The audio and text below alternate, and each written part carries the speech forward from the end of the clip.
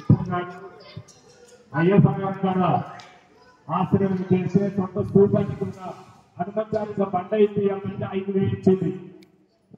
ఇది ఇంతేనా అంతేనా అంటే మళ్ళీ ఒక రోడ్డు నా పేరు మీద కట్టి అనే ఆడని పక్కకు సైడ్లో వేసిన 50,000 ఇచ్చింది. అదే కాకుండా దుబ్బచంద్ర ఆశ్రమం మొదలు పెడితే నాగితల్ జరిగిన 50,000 ఇచ్చింది. ఆనాడు ఏం పెట్టుకోవడం ఏడవలో ఏం కథలో కానీ అక్షరాల పైసలు ఆశ్రమానికి వెళ్ళింది.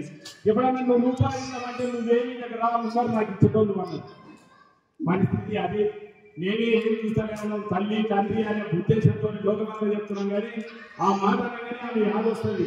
నేనేం చేస్తున్నా ఏమైనా ఇబ్బంది ఉందా అడిగి తెలుసుకుంటున్నాము. ఏమైనా తింటామంటే దాని వస్తుంది ఏముందంటే నేనేం చేయాలి ఇంకా ఎట్లో అట్లో భగవంతుడి బతుకుతున్నాం. ఇప్పుడు ఆమె ఇంకా 4 రోజులు మంచుకుంటానని ఏం తగ్గి లేదు.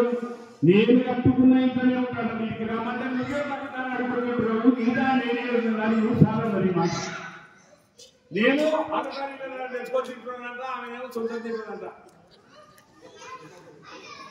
ముందు సంగతే చెప్తున్నా. వీటికి రమ్మంటే నేను నీ సొత్తు తిన అంటది. సరే అమ్మ నువ్వు రమ్మే బతకండి ఇంట్లో అనుకున్నా ఊరుకున్నా మొత్తం ఇంకా కట్టుకున్న ఇంట్లోనే ఉంటుంది అన్నీ ఉండని. మరి సత్య 6 గంటలు 7 గంటలు తిన్నాడు 7 లక్షలు పెట్టాం.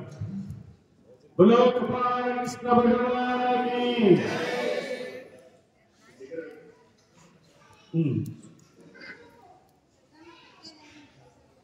మన పిఎంఎల్ సిబిఐ గారికి రావాలి.